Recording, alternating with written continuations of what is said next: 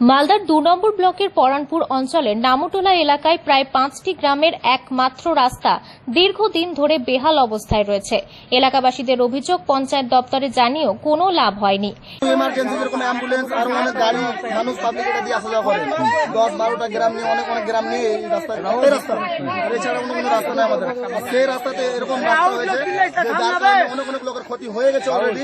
এখন পর্যন্ত প্রধানকে আমরা রাখছি, প্রধান এখন পর্যন্ত আমাদের এখানে আসেনি। প্রধানও বেশি দূর কেন, আমাদের আর প্রধানের বাড়ি তো হলো পরানপুরে, এখন পর্যন্ত প্রধান আসেনি।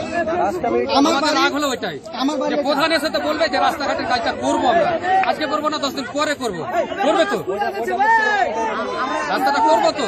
এখন পর্যন্ত 2 ঘন্টা হয়ে গেল, প্রধান আসেনি। এরই প্রতিবাদে বুধবার মালদা রতুয়া রাজ্য সড়কে আগুন জ্বালিয়ে পথ অবরোধ করে।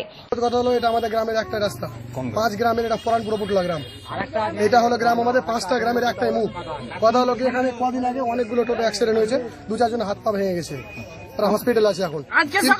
ভিডিও যেদিন উপস্থিত ছিল রাস্তাটা ভিডিও দেখে গেছে, ভিডিও উপস্থিত থাকাকালীন একটা টোটোর সামনে উল্টেছে, তারপরেও কোনো অ্যাকশন নেওয়া হয়নি। কিন্তু এখন বর্তমানে প্রধান ভিডিও কেউ এসে পৌঁছতে পারছে না এখনো। আমরা প্রধান ভিডিও আসবে তবে রাস্তা ছাড়বো। আমরা সকালে করেছি